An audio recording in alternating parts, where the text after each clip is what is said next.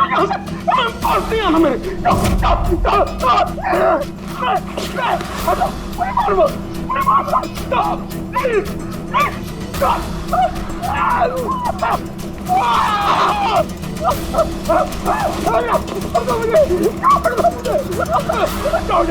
मेरे पास मुझे मत मारो, छोड़ दो प्लीज, मुझे मत छोड़ दो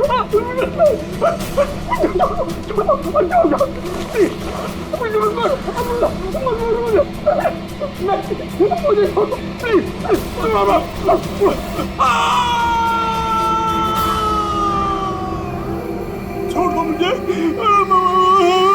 मत मुझे।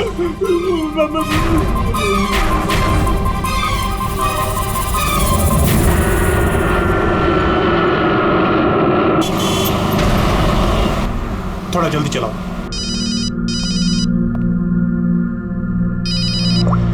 Hello, ACP Pradyuman. सर, एक खून हुआ है। खून हुआ? कौन बोल रहा है? शहर के मशहूर बिजनेसमैन जयंतीलाल जी का खून। जयंतीलाल जी का खून हुआ है? कौन बोल रहा है ये? देखिए सर, मैं कौन बोल रहा हूँ ये इम्पोर्टेंट नहीं है। इम्पोर्टेंट ये है कि सेठ जी का खून हुआ है और उनके घर वाले उनकी बॉडी को अंतिम संस्कार के लिए लेकर जा रहे हैं। देखिए सर, अगर बॉडी जल गई तो खूनी कभी नहीं पकड़ा जाएगा। आप देरी मत कीजिए प्लीज, जल्द से जल्द जाकर बॉडी जलाने से रोकिए। हेलो, आप कहाँ से बोल रहे हैं? कौन है आप? हेलो। Damn it.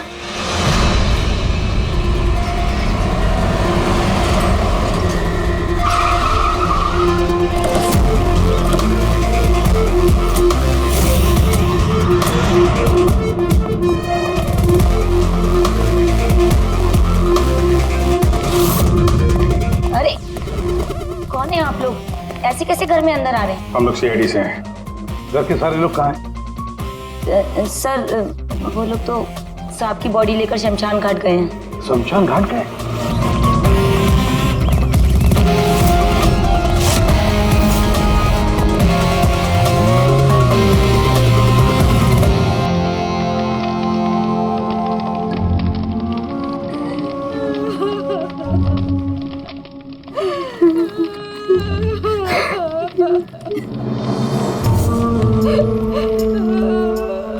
क्या बताऊं मैं, यकीन नहीं हो रहा कि जयंती भाई अब हमारे बीच नहीं है। 15 साल पुरानी दोस्ती थी मेरी। वो तो मेरे बड़े भाई जैसे थे। पता नहीं ये सब कैसे अचानक से हो गया।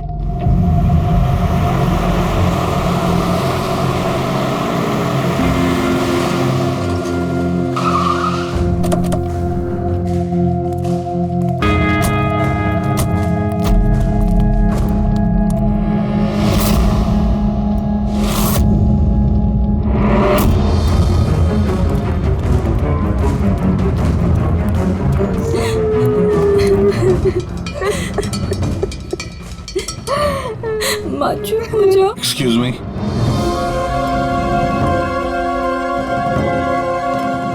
देखिए हम लोग सीआईडी से हैं।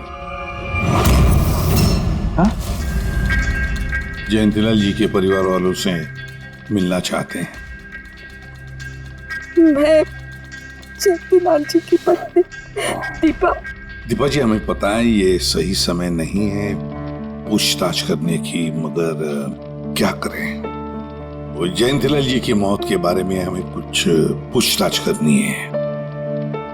पूछिए, क्या पूछना चाहते हैं आप लोग? आप सुशील जयंती, उनका बड़ा बेटा। सुशील जी, हमें खबर मिली है कि आपके पिता की मौत एक नेचुरल डेथ नहीं थी, उनकी हत्या हुई है। क्या? ये कैसे हो सकता है? हम डॉक्टर सूरज, मैं जयंतीलाल का फैमिली डॉक्टर हूँ। मैंने ही कल रात उनको चेक करके उन्हें डेथ सर्टिफिकेट दिया था। He died a natural death। ये सही कह रहे हैं।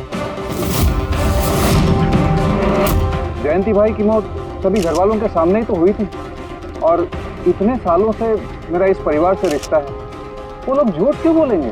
तो आप लोगों ने इतनी जल्दी में बॉडी क्यों जला दी? तो क्या ये भी गुनाह है? इतने महीनों से पिताजी बीमार थे, कितने इलाज किए, कितनी कोशिशें की, नहीं बचे वो। देखिए, हमें इंफॉर्मेशन मिली है कि जयंतीलाल जी की हत्या हुई है। क्या? हमने आपके पड़ोसी से भी पूछा, उन लोगों ने भी कल रात जयंतीलाल जी के चिल्लाने की आवाज सुनी थी। देखिए, पड़ोसियों ने जो कहा वो सही है, लेकिन उनको या आप लोगों को सही बात नहीं पता है। और वो सही बात क्या है? पिछले 3 महीने से डैडी की दिमागी हालत भी ठीक नहीं थी। वो ना सिर्फ लोगों को और बातों को भूलने लगे थे, बल्कि उनको हेल्यूसिनेशन यानी भ्रम हो गया था। गलत सही, सच झूठ का फर्क उनको समझ में नहीं आ रहा था। दौरे पड़ने लगे थे उनको लगने लगा था जैसे उनको कोई मारने वाला है। कल रात भी उनको ऐसा ही दौरा पड़ा था।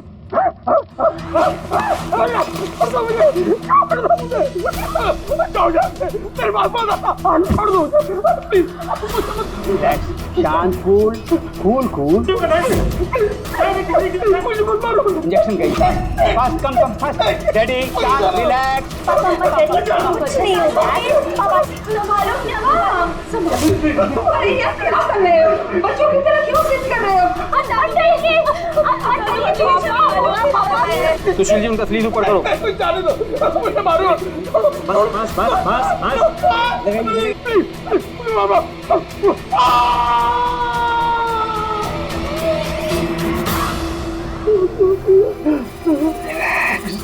और इस बार अटैक इतना बड़ा था कि मुझे उन्हें बेहोशी का इंजेक्शन देना पड़ा और 2 घंटे बाद उनकी मौत हो गई। मैं आपको सारी डिटेल्स दे सकता हूँ, उनकी मेडिकल रिपोर्ट्स, मेडिकल हिस्ट्री, दवाइयाँ, सब कुछ दे सकता हूँ मैं आपको। हो गई तसल्ली आपको? अब हम अपना काम कर लें। इतनी जल्दी भी क्या है हेमंत? जरा सच तो सामने आ जाए।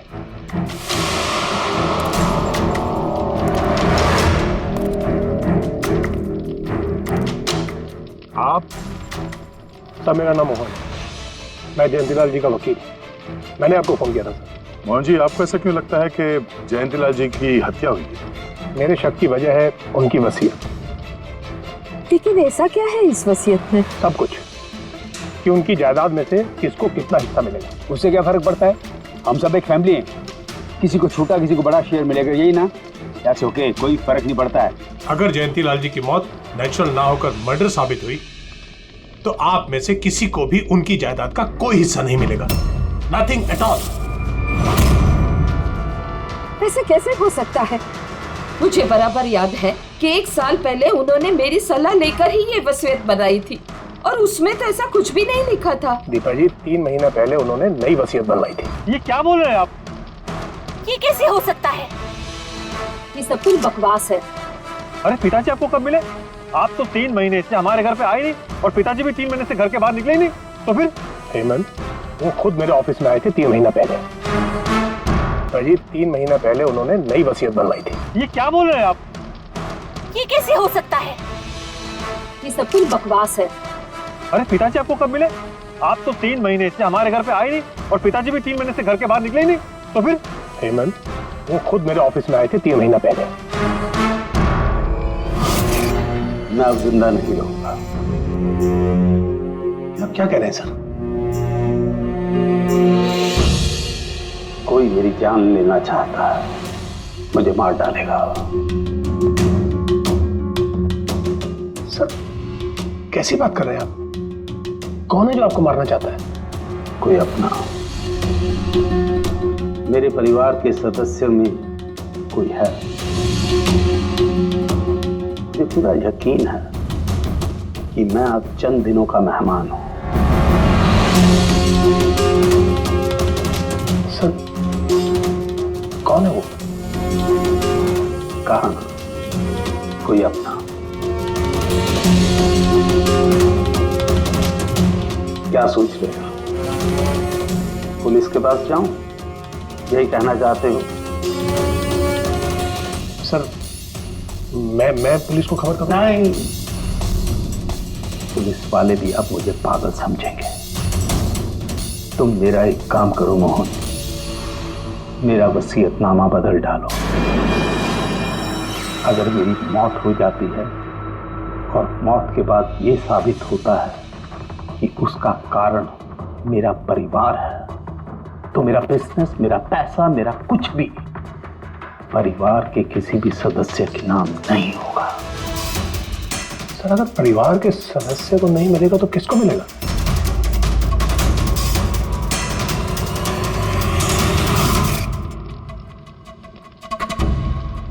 हमें नहीं तो किसे मोहन? जायदाद किसको मिलेगी? और सीआईडी को।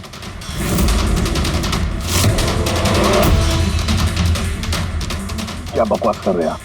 जी सर, अगर जयंतीलाल जी की मौत हत्या साबित होती है तो उनकी सारी जायदाद जो कि लगभग 5,000 करोड़ है वो सीआईडी को और पुलिस वेलफेयर डिपार्टमेंट को मिलेगी। ये क्या मजाक कर रहे हैं आप? ऐसा कैसे हो सकता है? हो सकता है अगर उनकी मौत हत्या साबित हुई तो। लेकिन उनकी तो हत्या हुई नहीं, हम वहीं तो थे, जो कुछ भी हुआ हमारे सामने हुआ है। उनकी हत्या हुई है या नहीं वो हम पता लगा लेंगे। अरे आप कैसे पता लगाएंगे? बॉडी तो है ही नहीं। बॉडी जल चुकी तो क्या हुआ, राख तो है। जब तक ये केस सुलझती नहीं तब तक जयंतीलाल जी की राख हमारी कस्टडी में रहेगी। अरे लेकिन सॉरी मैम।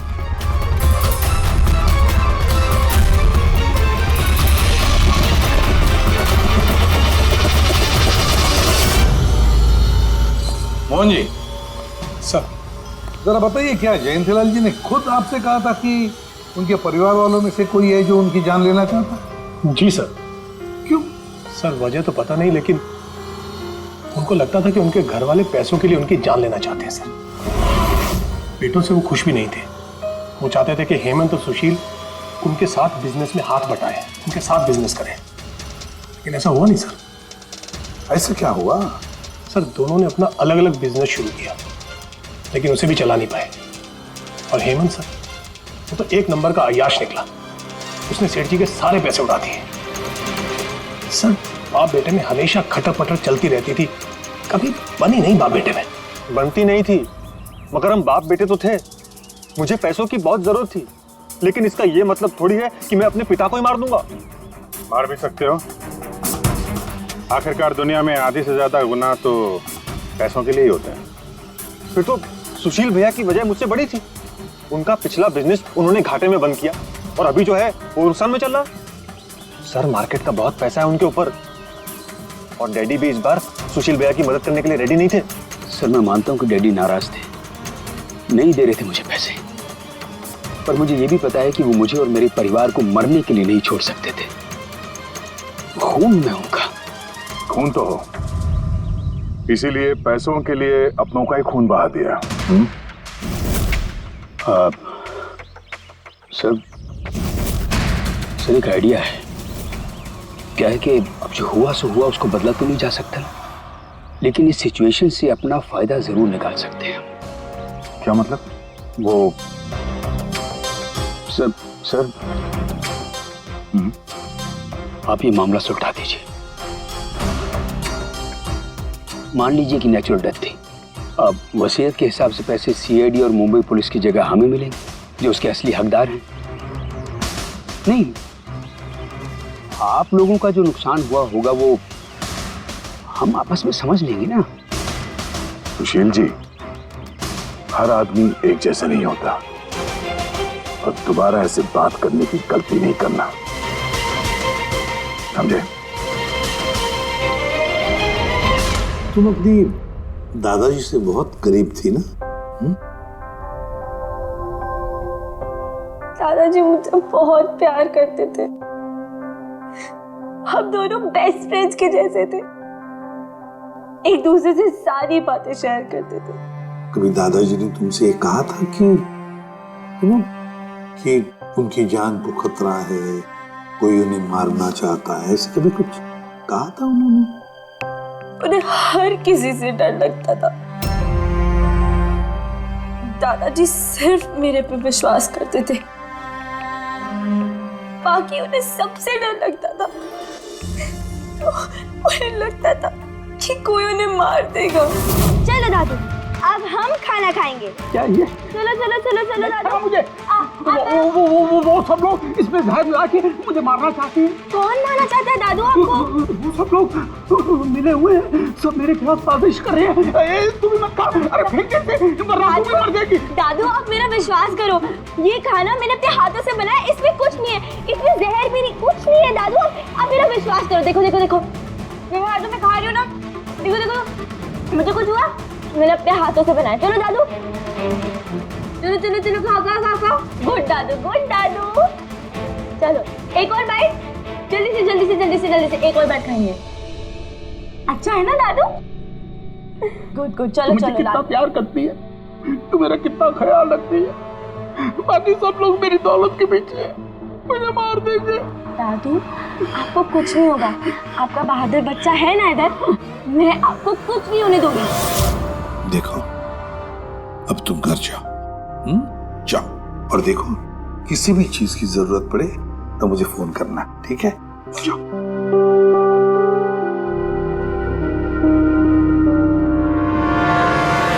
हाँ सारुके, बता क्या निकला राख में से?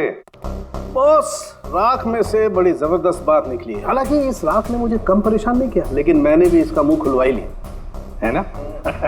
तो फिर बता दे यार। बताता हूं। तारिका। हाँ सर, हमने इस राख का स्पेक्ट्रोस्कोपी टेस्ट किया, फिर रिपोर्ट से बात साबित हो गई है बॉस कि जयंतीलाल की मौत नेचुरल नहीं है, जयंतीलाल को मारा ही गया। क्या कहा तुमने? जयंतीलाल की मौत नेचुरल डेथ नहीं थी? नहीं। कैसे समझे? कैसे मारा? लार्सनिक से। लार्सनिक? जयंतीलाल की राख में हमें लार्सनिक मिला है बॉस। राख में से लार्सेनिक? सर कुछ केमिकल्स और हेवी मेटल्स, धातु ऐसे होते हैं जो जलने पर भी नहीं खत्म होते। लार्सेनिक उनमें से एक है, इसलिए लाश के पूरी तरह जल जाने के बावजूद उसमें मौजूद लार्सेनिक जलाने और राख में ऐसे ही रहा। लेकिन एक बात समझ में नहीं आ रही है साहब कि अगर जयंतीलाल की मौत लार्सेनिक की वजह से हुई है तो फिर उसके फैमिली डॉक्टर सूरज को ये पता कैसे नहीं चला? पता कैसे नहीं चला? उसने नेचुरल डेथ का सर्टिफिकेट इश्यू किया ही कैसे और क्यों? बॉस, अगर लार्सनिक जैसा जहरीला केमिकल इंसान के शरीर में एक साथ बहुत ज्यादा मात्रा में पहुंचा दिया जाए तो इंसान की तुरंत मौत हो जाती है। लेकिन अगर यही जहर धीरे धीरे थोड़ी थोड़ी मात्रा में उसके शरीर में पहुंचाया जाए तो उसकी मौत एक साथ एकदम नहीं होती है। पहले उसकी याददाश्त जाती है, फिर उसे अजीब अजीब से सपने आने लगते हैं, उसे हेलुसिनेशन होने लगता है, भ्रम होने लगता है, फिर पागलपन के दौरे पड़ते हैं। और जयंतीलाल के साथ ये सब कुछ हो रहा था। लार्सनिक? जी हाँ, लार्सनिक। और इससे ये साबित हो गया कि जयंतीलाल जी की मौत बीमारी से नहीं बल्कि उनका खून किया गया। लेकिन ये किया किसने? वही पता करने हम लोग यहाँ हैं। अभिजीत, जयंतीलाल जी का कमरा चेक करना पड़ेगा। Okay sir.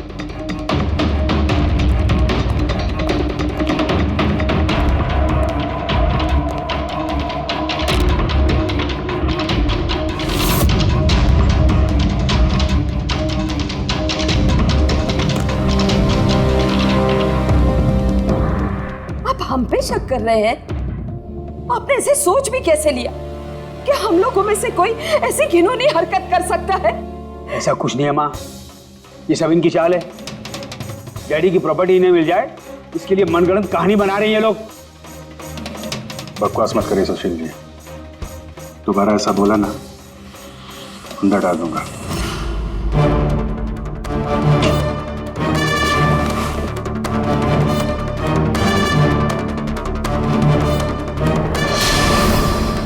आप धमकाकर हमें चुप करा सकते हैं लेकिन कुछ साबित नहीं कर सकते।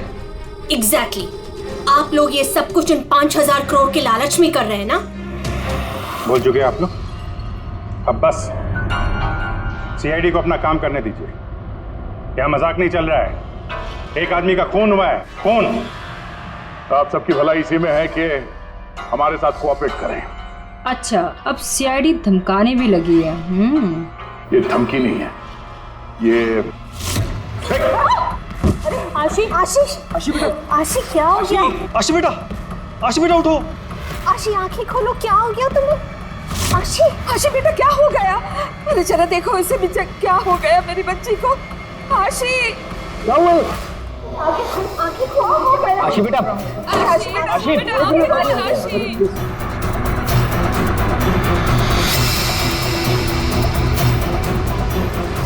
क्या हो गया आशी? आशी इसे हॉस्पिटल ले जाना पड़ेगा फौरन। हाँ पंकज, क्या? माय गॉड, ये अच्छा ठीक है। क्या हुआ? ये डॉक्टर सूरज ने आशी के कुछ टेस्ट किए थे, पता चला कि उसके खून में भी लार्सेनिक है। लेकिन सर, लार्सेनिक आशी के खून में पहुंचा कैसे होगा? सर ऐसी कोई कॉमन चीज जो जयंतीलाल जी और आशी दोनों के कांटेक्ट में आई हो? खाना। अब आशी ने बताया था ना कि कुछ दिनों से जयंतीलाल जी का खाना वो खुद टेस्ट कर रही थी। नहीं बस खाना नहीं, ये कुछ और है। ये सालों के सब, ये आपको कैसे पता चला? बताता हूं, बस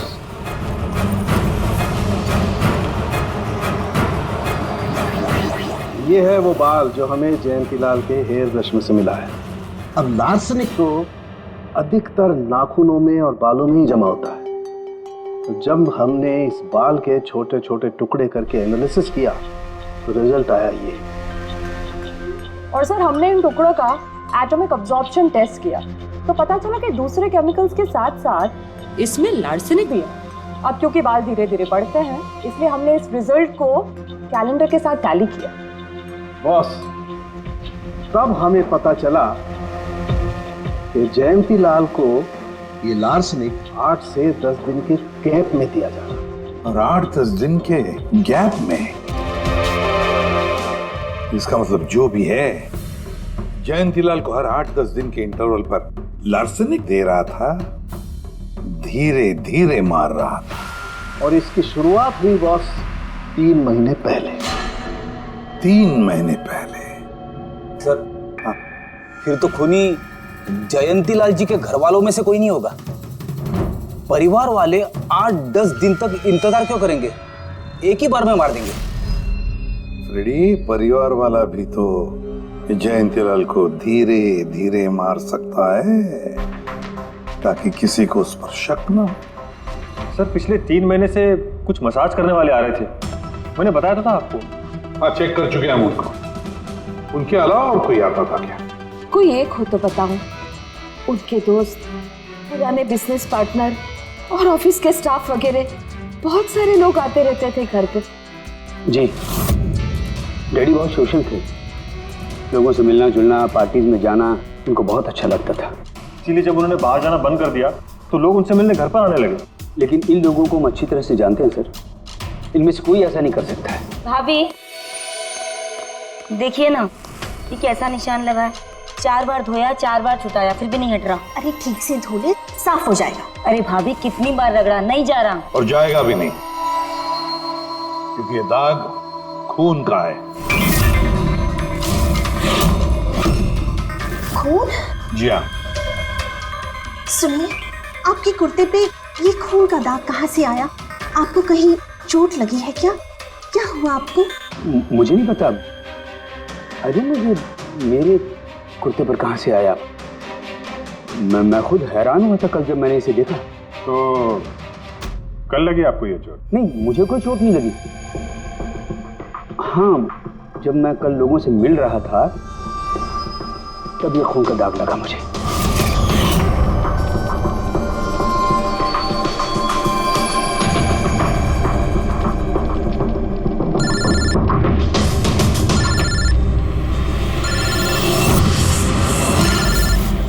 बिना चोट खून के धब्बे, अजीब बात है। वही तो। और कुछ हुआ था कल? कोई खास बात? नहीं सर, और कोई खास बात नहीं। साहब एक बात अजीब हुई थी। क्या? कल सुबह मुझे गार्डन में कांच के कुछ टूटे हुए टुकड़े मिले थे। कांच के टूटे हुए टुकड़े? तो फिर? साहब उन टुकड़ों में खून लगा हुआ था। क्या?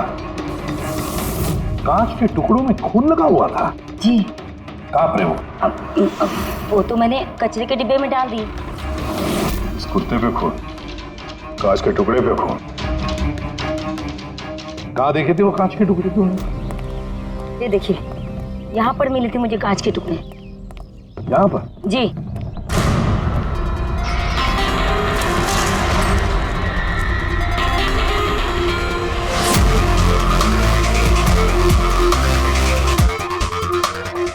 टूटा हुआ बल्ब है सर। बल्ब का टुकड़ा मिला क्या उसके? काम करो अभिजीत, इस घर में जितनी भी लाइटें हैं, लैंप्स हैं, सब चेक करो, देखो कोई बल्ब गायब है क्या।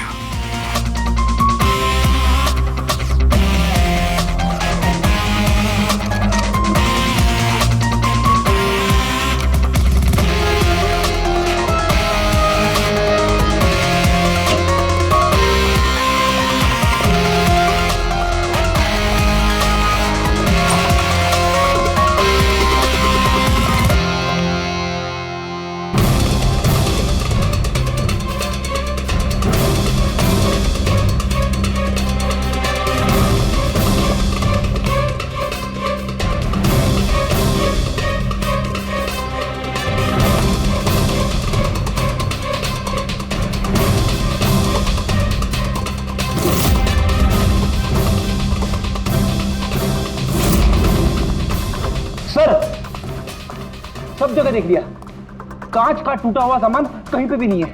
सर कुछ नहीं मिला।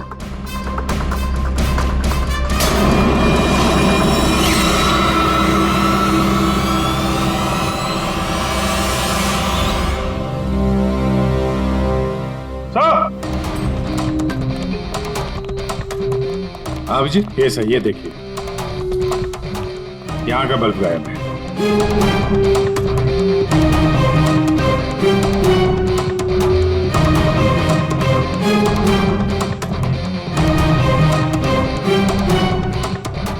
बड़ी अजीब बात है, ये लैंप तो बिल्कुल ठीक था।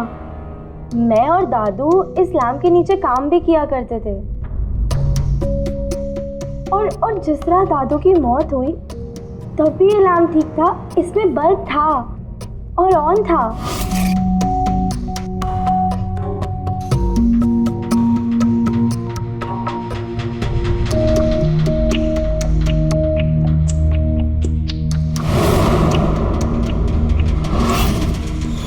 तो फिर इस लैंप से बल्ब अचानक गायब कैसे हो गया? क्यों कविता?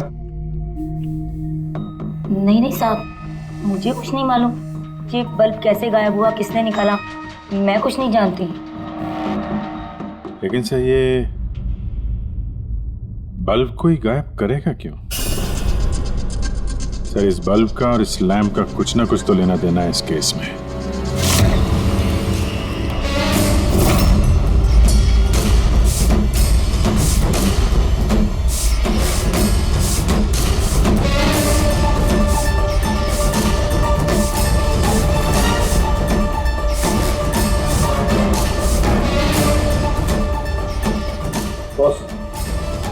ये धब्बे देख रहे हो? ये धब्बे लार्सनिक के हैं। लेकिन लार्सनिक के धब्बे पूरे लैंप पर कैसे हैं? बॉस, हुआ ये होगा, खूनी जयंतीलाल जी के घर पे आता होगा हर 8 या 10 दिन में। नमस्ते साहब। साहब ऊपर है अपने कमरे में।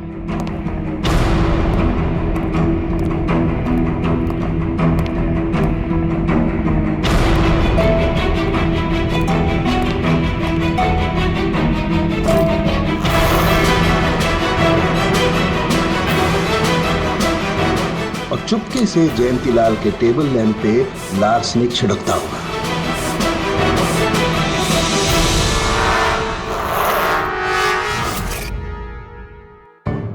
शायद जयंतीलाल जी हमेशा इस टेबल पर बैठ करके काम किया करते थे।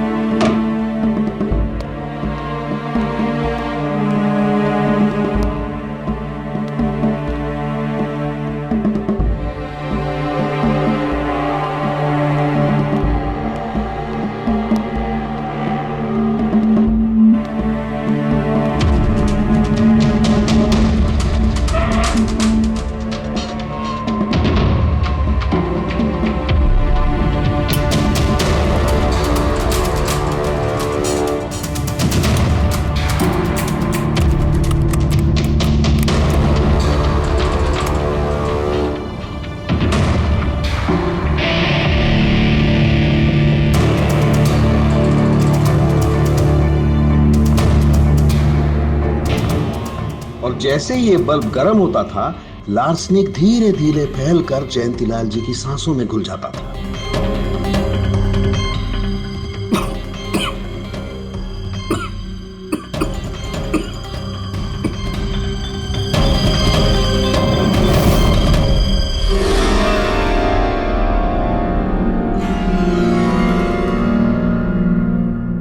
सालों के साथ आशी को लार्सेनिक का इतना असर क्यों नहीं हुआ?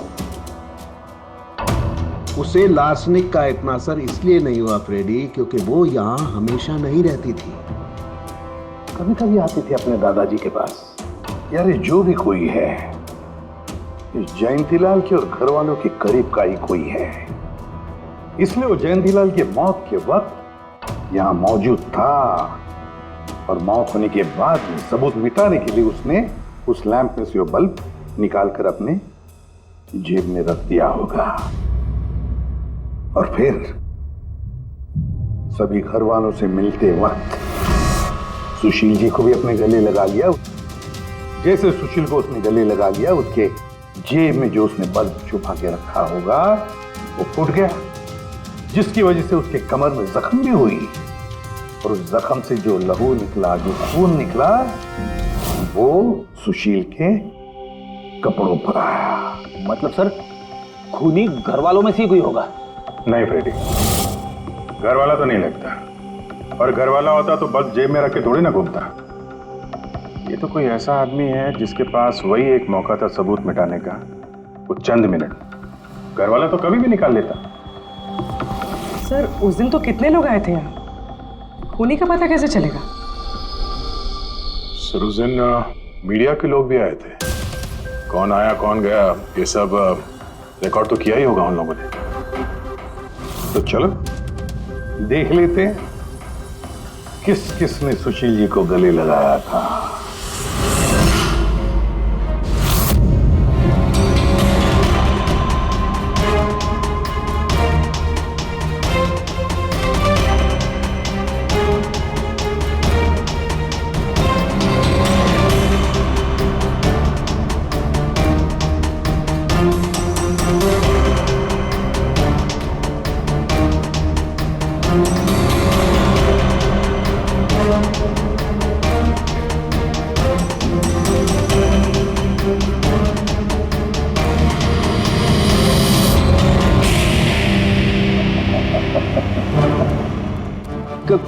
क्या हुआ सर, खूनी का पता चल गया? हाँ फ्रेडी, खूनी मिल गया। कौन है? फ्रेडी, इस आदमी की पूरी कुंडली निकालो, पता लगाओ पिछले 3 महीनों में ये कहां कहां गया था, किस किस से मिला था, क्या क्या किया है इसने, सब कुछ।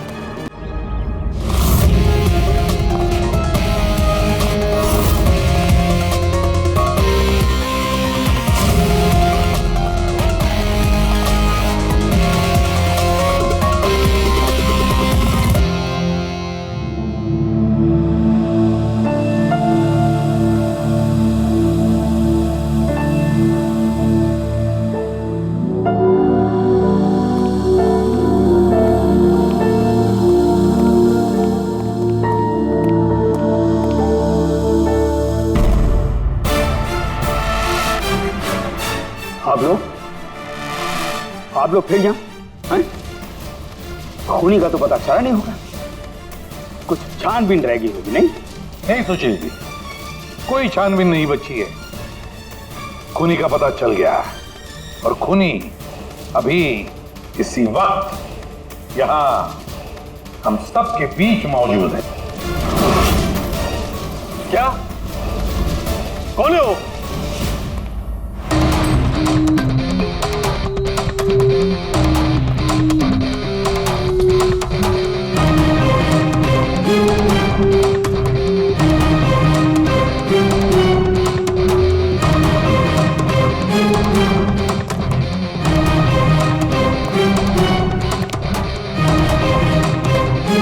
अरविंद जी,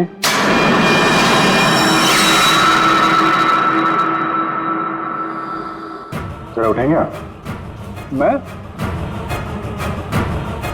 मैंने क्या किया?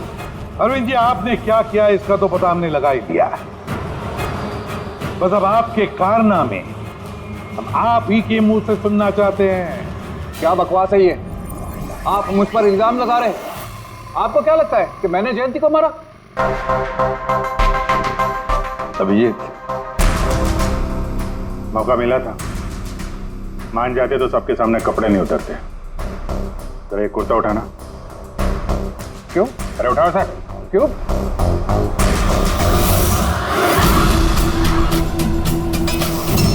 क्या है ये? निशान कैसा है? हाँ? कौन सी भाषा बोल रहे हो तुम? हिंदी में बोलो, हिंदी में। मातृभाषा है हमारी। भूल गए क्या? याद दिलाओ।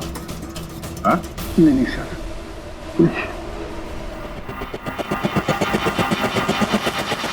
बताता हूँ। नफरत करता था मैं जयंती से। 5 साल पहले हमने एक बिजनेस शुरू किया था। आज ये इतना बड़ा 5000 करोड़ का एम्पायर है ना, वो मेरे मेहनत की कमाई थी। मैंने अपनी जिंदगी की सारी जमा पूंजी इस बिजनेस पे लगाई थी, पर जयंती की नीयत में खोट थी। उसने मुझे धोखा दिया, मुझे मेरी कंपनी से निकाल दिया। तब मैंने सोचा कि जब मौका मिलेगा तो मैं इसका हिसाब चुकता करूंगा। और वो मौका तुम्हें मिला 3 महीने पहले एडवोकेट मोहन के ऑफिस में, जहां पर जयंतीलाल जी भी आए थे और तुमने चुपके से उन दोनों की बातें सुन ली थी। अगर मेरी मौत हो जाती है और मौत के बाद ये साबित होता है कि मेरी किसी ने हत्या की है, तो मेरा बिजनेस, मेरा पैसा, कुछ भी मेरे परिवार के किसी भी सदस्य को नहीं मिलेगा। सर, अगर परिवार के सदस्य को नहीं मिलेगा तो किसको मिलेगा? CID को, जो मेरा मर्डर इन्वेस्टिगेट करेगा। मुझे लगा अच्छा मौका है। जयंतीलाल को मारूंगा मैं और शक जाएगा उसके परिवार पर। और इसीलिए तुमने जयंतीलाल की तरफ दोस्ती का हाथ बढ़ाया, एक नया प्रपोजल लेकर। क्यों? मेरे दिमाग में एक आइडिया था जिसके लिए मेरा उसके घर बार बार जाना जरूरी था।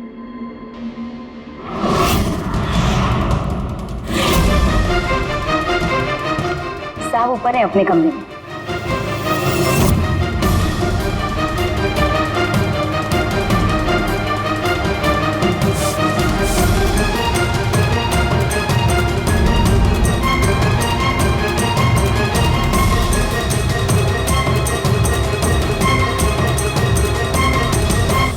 लेकिन ACP साहब, आपको इन पे शक कब हुआ? दीपा जी, जयंतीलाल जी की अंत्येष्टि के दिन जो मीडिया कवरेज हुआ था, जो मीडिया वालों ने वीडियो फुटेज लिया था, उसकी मदद से जयंतीलाल जी के अंत्येष्टि के दिन घर के बाहर जो इन्होंने कुर्ता पहना था, शमशान भूमि पर वो कुर्ता बदल दिया गया था, क्योंकि उस पर खून जो लगा हुआ था। क्यों अरविंद जी?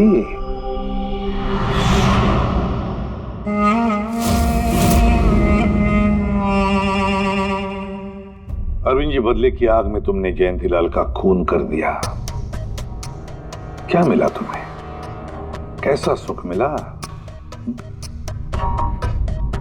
गलत किया तुमने, गलत किया। फ्रेडी,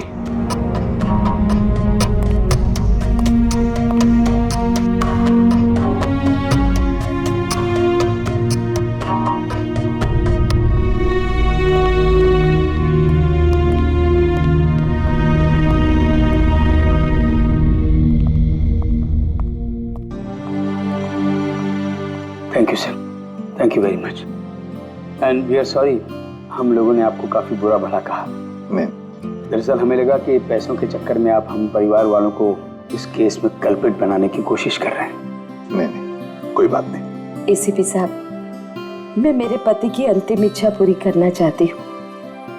सीआईडी और पुलिस वेलफेयर फंड में मैं डेफिनेटली डोनेट करूंगी। Thank you very much, thank you.